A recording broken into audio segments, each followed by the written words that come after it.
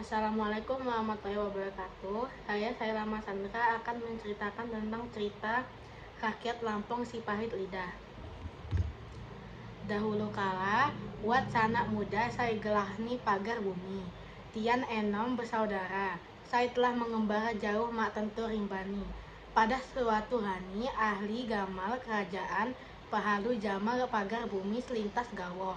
Ia kak dapat menilai jemoh lusa pagar bumi. Sina bakal jadi ulun sai sakti. Amun kesaktiani dapat ngebahayaku kerajaan. Jak gani sina juga pagar bumi.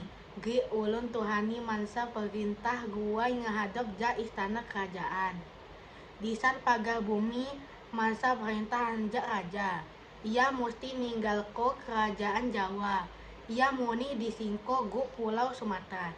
Induk ni menangis terseduh-seduh. Suatu hari ia tunggak di desa sai megung permaisuri hulun sebai sak sakti gri ngedok ilmu gaib.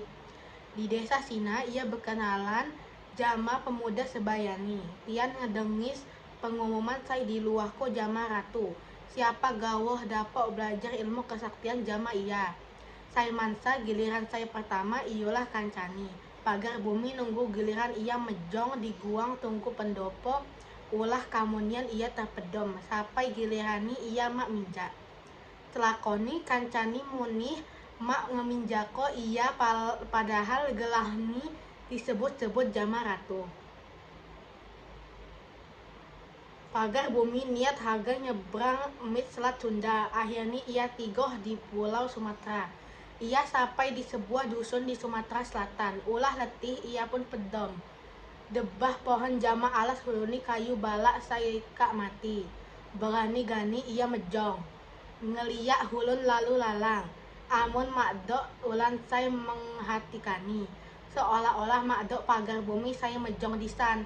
Amun kak hara debingi apai penduduk minjak mit tian ngo.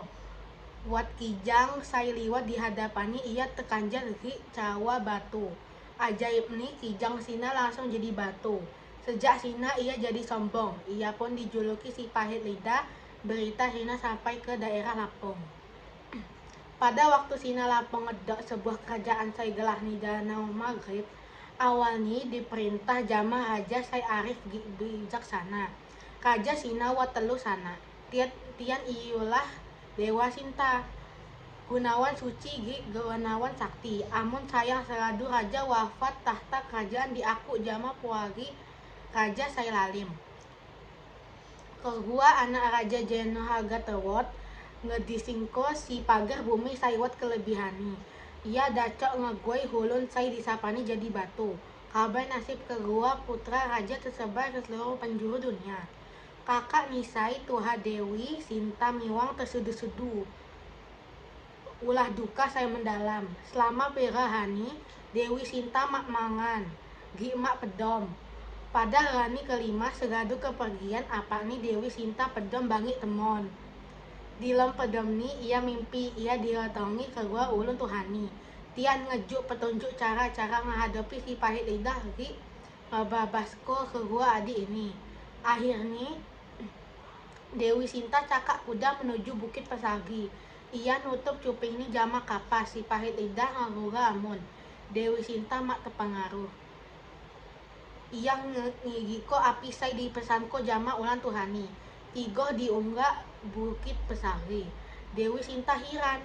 Ia ngeliak burung sai pintah nyanyi iwat munih pohon sai dapat ngwarko bunyian-bunyian bak musik alami. Amun ia geluk sadar. Kalau kehanoni lain guai ngehibur ia melainkan ngebasko kedua adik sai kak jadi batu. Ia geluk mit debah jak kuda sesuai api sai dicawako jama ulun tuhani. Ia ngehidik amun ia geluk sadar. Ia geluk mit debah jak kuda sesuai api sai dicawako jama alun tuhani. Di salah satu celah batang pohon ia ngakuk sebuah peti kayu sai dilemni wad abu. Tigoh pak si pahit lidah. Tiba-tiba burung ajaib hingga di bahu si pahit lidah. Ia pun mak dacok bergerak lagi. Sang putri langsung menyumbat mulut si pahit lidah jama kapas. Hadu sina ia naburko abu anjak kota abu pada ulun-ulun saya kak ngebatu. Saat Cina muni patung-patung ini mengubah jadi manusia. Geluk-geluk tian lijung, ulah dicawako jama burung. Tina. Serebok lagi si pahit lidah dapok bergerak. Si pahit lidah sakit hati mi ulah ia liem ulah dikalahko jama muli. Helau saijak jauh kemahan lemah lembut.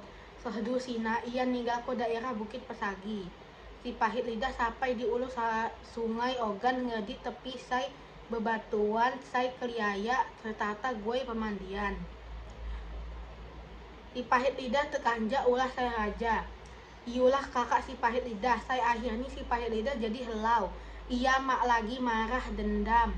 Bahkan ia bahagia, si pahit lidah akhirnya nikah jama